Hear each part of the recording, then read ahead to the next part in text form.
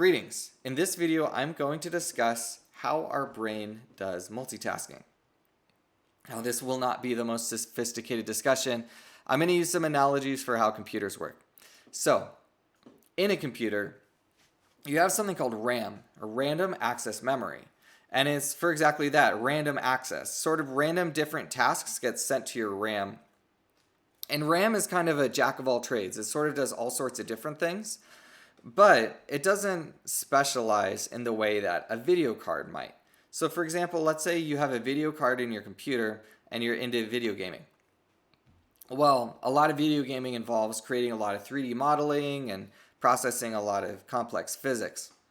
So a video card would have a chipset that's devoted to that exact kind of task. So when you have a lot of 3D modeling that needs to get done, that gets sent to your video card. Your video card is very fast and efficient at that. But your video card isn't going to handle other types of tasks that your RAM might handle. Now, if you don't have a video card, your RAM might have to process all of the video data, and that can be done very slowly and inefficiently by RAM, or you could upgrade and get a video card and all of a sudden things go way smoother. Well, our brain is a lot like that. When you start doing a new task, it's sort of like sending it to RAM. So it uses up kind of this general focus in your brain that can be set aside to just handle whatever you're focusing on right now. But let's say it's reading music. Let's say you're practicing reading music on the guitar. And you do that for a couple thousand hours. Well, over the course of those hours, your brain builds this region that's like a video card. It's specialized in handling that exact skill.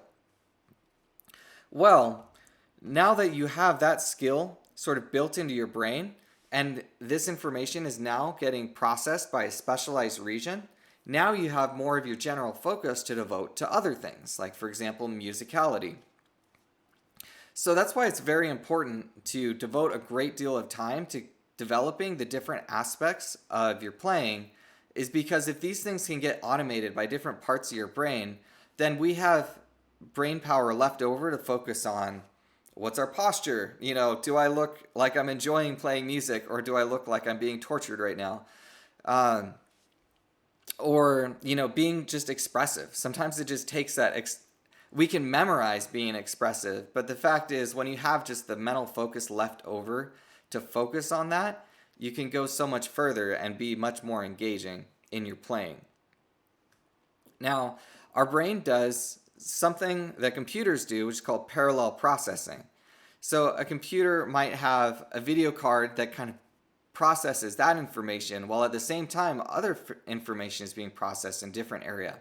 Or you might have a batch of 8 processors. Some computers are like that, where they have different processors that each handle information separately, and this computer is designed in such a way that it sends the right information to the right processor in a very efficient way.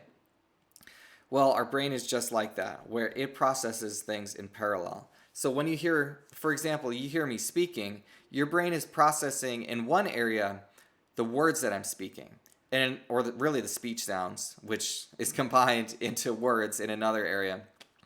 It also picks up the pitch of my voice, and it also picks up the tone of my voice.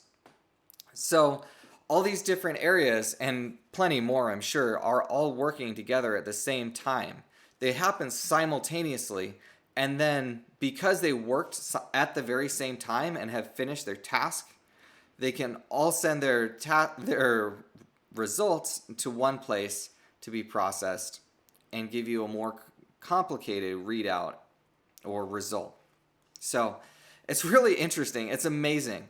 It's funny because as we were discovering new things about computers and how to work with them, we discovered new things about how our brain works, and it's been doing that the whole time. So the brain is absolutely incredible. But this is helpful for me as I practice music, because I understand I really need to be developing my sight reading. I really need to be developing my ear training and my theory. If I grow all these areas, which just take time and investment, then what happens is I have a brain that can process all these different things simultaneously, and I become a much more well-equipped musician. I don't want my general focus to be eaten up by these other side tasks that could be processed by a specialized processing region. So this informs how I practice and motivates me to devote time to these skills that I normally might consider ancillary. They're extremely valuable, and I would encourage you to do the work to grow those skills so that you can focus your rest of your attention on being expressive. And I will say that performing in front of an audience uses up a lot of your focus. It's just one of those uncomfortable realities that if you haven't automated a lot of your playing by the time you get in front of an audience, then your playing gets really clunky and choppy. And that's part of it, is that it's using up your focus. Being under that pressure just sort of squeezes out a lot of your focus. And so we really need to reach that level of automation if we're going to perform confidently in front of people. Thank you very much for watching, and I hope this is helpful.